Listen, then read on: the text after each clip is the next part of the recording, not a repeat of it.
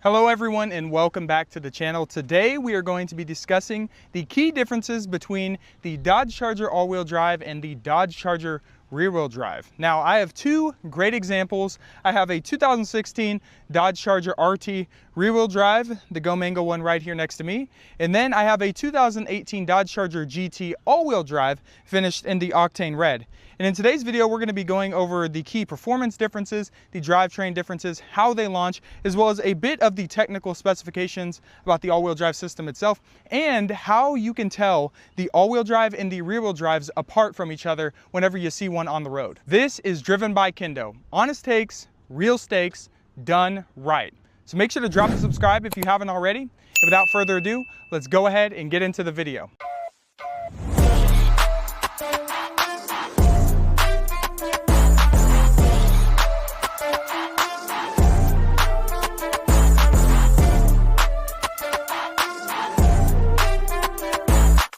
So let's kick things off with the most fundamental difference, the drivetrain configuration. So the Charger RT is rear-wheel drive powered by a naturally aspirated 5.7-liter Hemi V8.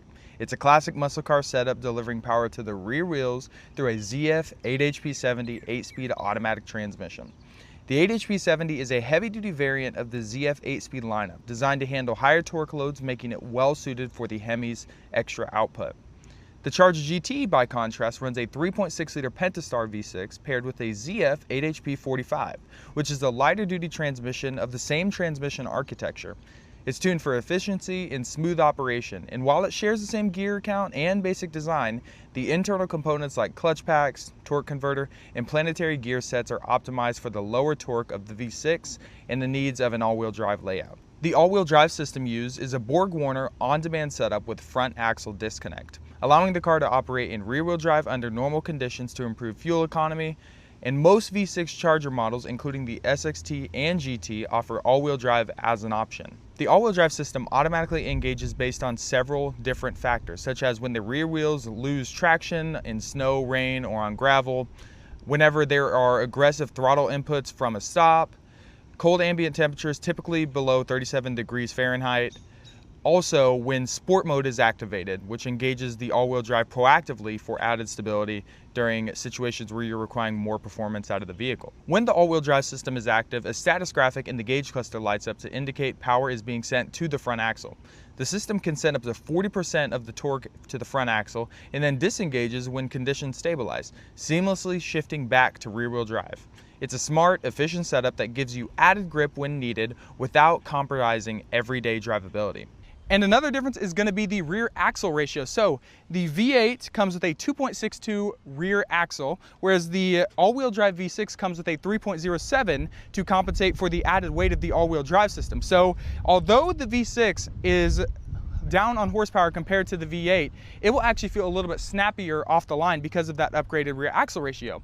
However, it is important to consider that some of the V8 rear-wheel drives did come with the 3.07 axle ratio if it was equipped with the RT Road and Track Performance Package. Now let's go ahead and talk about the history of these all-wheel drive systems. So from 2006 to 2008, the Dodge Chargers used a full-time all-wheel drive system based on old Mercedes-Benz technology.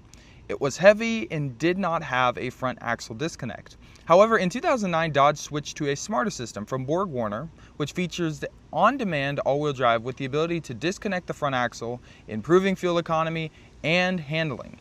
Between 2006 and 2014, you could actually get a Hemi all-wheel drive Charger, but Dodge killed it off, mainly due to low demand, added weight, and the fact that most car enthusiasts wanted the rear-wheel drive layout. From 2015 to 2020, the V8 all-wheel drive combo is exclusive to the Pursuit model used by law enforcement. That version uses the older, robust, Mercedes-Benz derived 5-speed NAG1 transmission. So unless you're buying an old retired police car, you are not getting all-wheel drive in your V8 Hemi Charger from 2015 and newer. If you want the all-wheel drive with the Hemi V8, you're going to need to buy an older one from 2006 to 2014 instead. So now let's go ahead and put it to the test. How did these two launch? With the all-wheel drive, traction is instant. There's no wheel spin, just grip and go. The system is optimized for quick off-the-line movement, even with less torque by that V6 engine. Now the RT rear-wheel drive, it's a bit more dramatic. You might get a little spin before it hooks, but when it does, it pulls way harder with all of that Hemi V8 torque. Now take a look at this. Another difference between the all-wheel drive and the rear-wheel drive Chargers is going to be the ride height. And you might not have noticed this until we had both of them sitting side by side like we do now. And that is the fact that the all-wheel drive cars ride about an inch higher than the rear-wheel drive cars. And this might be because they needed more ground clearance in order to package all the all-wheel drive system components, like the front differential, the front axle shafts, and the front drive shaft. Also, it could be attributed to the fact that these might be driving on in more inclement weather and on some roads that are not as maintained, and so you want to try to avoid any objects in the road that might damage the vehicle.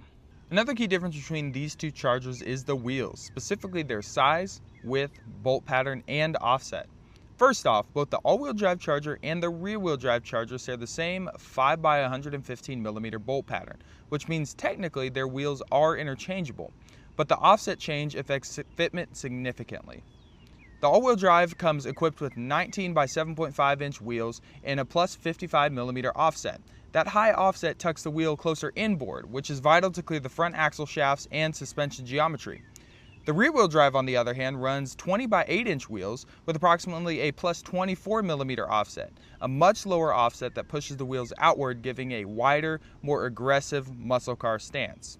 And even though you can swap all-wheel drive wheels onto the rear-wheel drive or vice versa, the fit will not be ideal. Rear-wheel drive wheels on an all-wheel drive car will poke outward too much, possibly causing rubbing or altering the handling, while all-wheel drive wheels on rear-wheel drive could sit too far inward, impacting stance and cornering geometry. You'll also spot another telltale detail, which is the caliper positioning, specifically on the front. On the all-wheel drive, the front brake calipers are located toward the front of the rotor because the differential and the axle hardware push into the brake area. On the rear-wheel drive cars, the calipers sit towards the rear of the rotor, which is standard for rear-wheel drive setups with fewer components at the front end of the vehicle. That front versus rear caliper location is actually one of the quickest visual cues to tell an all-wheel drive Charger apart from a rear-wheel drive, especially at a glance on the street or in a lot. And another subtle difference between the all-wheel drive and rear-wheel drive is going to be something that you'll only notice until you sit in both of the vehicles. So the all-wheel drive model, since it has that front drive shaft running underneath the cabin, the transmission tunnel is actually wider than on the rear-wheel drive model, meaning that the transmission tunnel protrudes out more into the passenger side footwell, meaning that if you have someone sitting in your front passenger seat, they are not going to have as much leg room to sprawl out as they would in the rear-wheel drive. And this is just one small way that they change these cars that you might not have known about in order to fit the all-wheel drive and to package it all in the chassis correctly. Now let's break down the suspension, steering, and weight differences. So both cars ride on an independent short and long arm or double wishbone front suspension with a multi-link rear suspension. But the all-wheel drive system forces major changes up front to make room for the front differential and the axles. First, the lower control arms are completely different between the two. All-wheel drive Chargers use a one-piece forged lower control arm, reshaped with deeper bends and clearance pockets to allow the front axle shafts to pass through. That change in geometry also affects the front shocks. The all-wheel drive setup uses a taller, extended shock fork that sits higher on the strut body to provide space for the axle to run underneath it. Without that raised fork design, the axle would interfere with the shock assembly. Rear-wheel drive Chargers, on the other hand, use a two-piece lower control arm setup with a simpler, flatter design. Since there's no axle passing through the suspension, the control arms are more straightforward, and the front shocks use a standard, shorter fork design. All those extra components like the front differential, axles, and one-piece control arms add weight. The all-wheel drive system increases overall vehicle curb weight by nearly 200 pounds, most of it over the front axle.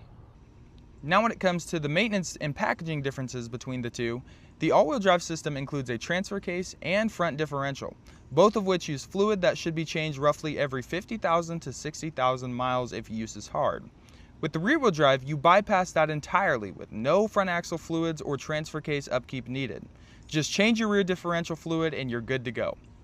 Plus, the all-wheel drive's front subframe is busy, packed with a differential and axles that run through the oil pan, leaving limited space for aftermarket mods. And installing headers or exhaust components becomes very tricky in that area. By contrast, the rear-wheel drive's simpler front-end layout with no front axle or transfer case offers more clearance and easier access for bolt-ons and general maintenance. So here's the deal. If you want a car that is going to be more practical in the wintertime with added traction, increased ride height, and a little bit more efficient, go ahead and go with the V6 all-wheel drive. However, if you're looking for a car that's gonna put a smile on your face every time you drive it and is tons of fun to drive, go ahead and swing for the V8 rear-wheel drive Hemi. So there you have it. Let me know down in the comments which one you would choose and why. Are you gonna go with the V6 all-wheel drive or the V8 rear-wheel drive? I'm curious to hear what you have to say. And in the meantime, make sure to drop a like, drop a subscribe, and a comment as well for more honest takes, real stakes, done right. You all take care, and I'll see you in the next one.